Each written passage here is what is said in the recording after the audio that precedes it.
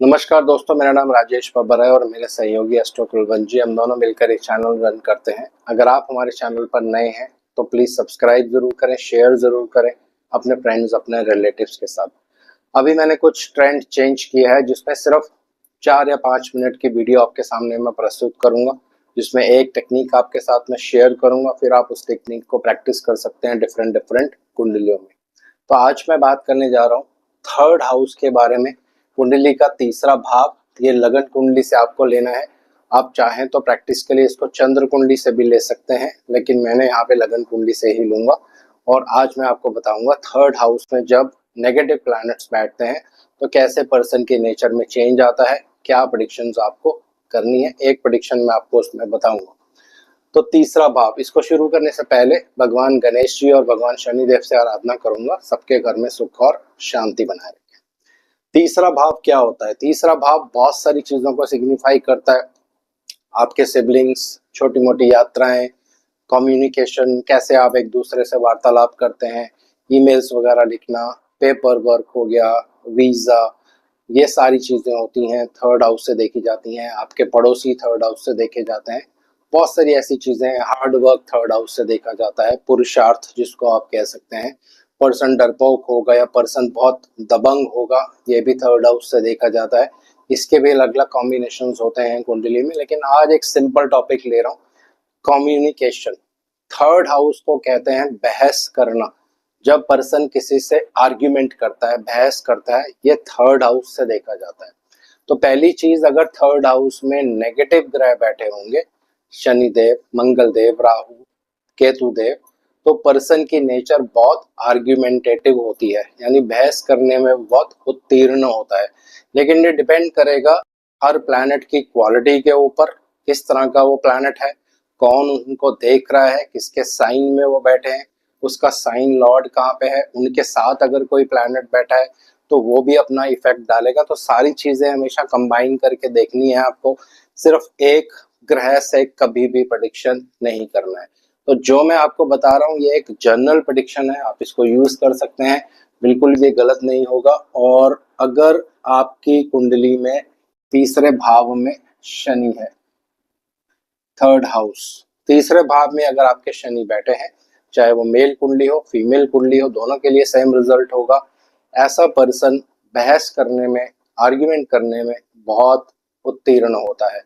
एकदम ये भड़क सकता है, लड़ाई कर सकता है, किसी से भी लड़ाई कर सकता है, इसको कोई फर्क नहीं पड़ता है। क्योंकि तीसरा घर जो होता है ये साहस का भाव है, जहाँ से पर्सन के पास जोश आता है। अगर यहाँ पे नेगेटिव प्लैनेट्स बैठे होंगे तो पर्सन बहुत ही साहसी होता है, हार्ड वर्किंग बहुत होता है। ये पॉजिटिव चीजें भी हैं। तो पहले बात करते हैं, अगर तीसरे घर में शनि है, बाकी प्लैनेट्स भी यहाँ पे आपको लेने हैं, ये मैंने पहले आपको बता दिया है। तीसरे घर में शनि व्यक्ति को बहुत आर्ग्यूमेंटेटिव नेचर का बना देता है, बहस बहुत करेगा, बात बात पे लड़ाई करना, घर वालों से लड़ाई करना, अपने छोटे भाई बहनों से लड़ाई करना, अगर भाई बहन नहीं है तो पड़ोसियों से लड़ाई कर लेना। सड़क पे आप जा रहे हैं, आपकी गाड़ी किसी के साथ लग गई, तीसरे भाव में आपके शनि है, तो तुरंत उतर के आप लड़ाई झगड़ा करने लग जाएंगे। ये इफेक्ट होता है तीसरे भाव में जब कोई नेगेटिव प्लैनेट बैठा रहता है। इसी तरह से मंगल रहेंगे तो आप में एग्रेशन बहुत ज्यादा होगा। मंगल क्या है? अस्त्र शस्त्र को इंडिकेट करता है। आप किसी को उठा के कुछ मार सकते हैं, आपको मालूम नहीं चलेगा। राहु होगा तो अचानक से एकदम से भड़क जाता है पर्सन, पहले धीमे से आराम से बात करेगा लेकिन उसके बाद फिर वो बहुत एग्रेसिव हो जाता है। केतु देव होंगे तो बहुत शार्प होगी उसकी वाणी, बोलने में बहुत तेज होगा, बहुत आर्ग्यूमेंट करेगा, बहुत बहस करेगा, उससे जीतना बहुत मुश्किल होगा। तो ये जो हो गया, ये कुछ नेगेटिविटी है थर्ड हाउस में। जब इस तरह के प्लैनेट्स रहते हैं तो पर्सन की नेचर ऐसे हो जाती है। लेकिन अब इसकी पॉजिटिविटी भी है, पॉजिटिव भी रिजल्ट देगा। अब पॉजिटिव रिजल्ट क्या देगा? उदाहरण के लिए, अगर आपके शनि तीसरे भाव में है और आपने ऐसा ही कोई कार्य चूज कर लिया जिसमें आपको बहुत बहस करनी पड़ती हो, पूरा दिन कम्युनिकेशन करनी पड़ती हो, लोगों से बातचीत करनी पड़ती हो, खासकर उन लोगों के लिए जो लॉयर हैं, जो वकील हैं, उनके तीसरे हाउस में अगर शनि बैठे हैं, फायरी साइंस में है, एक्वेरियस यानी कुंभ राशि में है, तो ये आपके लिए एक बहुत पॉजिटिव चीज है। ये आपके प्रोफेशन में हेल्प करेगा, क्योंकि बहस करने में आप उत्तीर्ण हो जाएंगे। और बहस करने का काम ही होता है लॉयर का आर्ग्यूमेंटेशन या आर्ग्यूमेंट्स करना दूसरे लॉयर्स के साथ। तो यहाँ पे ये पॉजिटिव इम्पैक्ट भी देता है। बहुत मेहनत करते हैं ऐसे लोग अपने जीवन के लक्ष्य को पाने के लिए, जो कि तीसरे घर में शनि मंगल, खासकर शनि और मंगल, ये बहुत मेहनती बनाते हैं पर्सन को। पर्सन सारी जिंदगी बहुत मेहनत करता है, अपना लक्ष्य पा भी लेता है अगर बाकी प्लैनेट्स कुंडली में अच्छे होंगे। तो ये पॉजिटिव इम्पैक्ट भी है, नेगेटिव इम्पैक्ट भी है। फिर डिपेंड करेगा और कौन से ग्रह इस पे दृष्टि डालते हैं।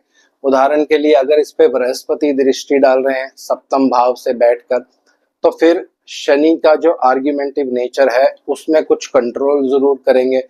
मान लीजिए पर्सन ने घर पे लड़ाई कर ली, उसके तीसरे घर में शनि है, लेकिन कुछ टाइम के बाद उसको खुद रियलाइज होगा कि वाकई में उससे गलती हो गई है, उसको ऐसा नहीं करना चाहिए। तो ये दूसरे ग्रहों का प्रभाव जब उस पर पड़ेगा तो उसके अकॉर्डिंग प्रेडिक्शंस में चेंजिंग आना शुरू हो जाएगा। यही अगर मंगल देव शनि देव को देख रहे हो, शनि देव पहले से ही थर्ड हाउस में है, तो पर्सन हाईली एग्रेसिव हो जाएगा। बहुत प्रॉब्लमेटिक सिचुएशन देखी जाती है जिनकी कुंडली में तीसरे घर में अगर शनि है, उस पर मंगल का एस्पेक्ट है, तो फिर ये बहुत प्रॉब्लम क्रिएट करता है। तो बाकी ग्रहों को भी आपको साथ साथ सम्मिलित करना है, लेकिन ये जो मैंने आपको बताया है ये सिंपल एक जनरल प्रेडिक्शन है। दोबारा से रिपीट कर रहा हूँ, तीसरे भाव में बैठे हुए नेगेटिव ग्रह पर्सन को बहस करने में बहुत उत्तीर्ण बनाते हैं। सॉरी, इनकी आर्ग्यूमेंट करने की बहुत आदत होती है, बहस करने की बहुत आदत होती है, और उसी की वजह से अपने जीवन में कई बार ये बहुत प्रॉब्लम में भी फंस जाते हैं, या उसी की वजह से अपने जीवन में तरक्की भी कर जाते हैं अगर पॉजिटिव ग्रहों का इन पर प्रभाव होगा। जैसे अगर गुरु का प्रभाव होगा और वर्किंग विद पब्लिक ये लोग करते हैं तो फिर बहुत अच्छे परिणाम देखने को आपको मिलेंगे। तो आज इस वीडियो को यहीं विराम दे रहा हूँ। छोटी सी वीडियो है, सिंपल वीडियोस अभी आपके सामने अपलोड होने वाली हैं कुछ ही दिनों में, जिसमें सिर्फ 4-5-6 मिनट की वीडियो होगी और एक टेक्निक आपके साथ में शेयर करूंगा दोस्तों। तो आज इस वीडियो को यहीं विराम दे रहा हूँ। आशा करता हूँ सब कुशल मंगल होंगे। हमारे चैनल को सब्सक्राइब जरूर करिए। जय शनिदेव, जय श्री राम।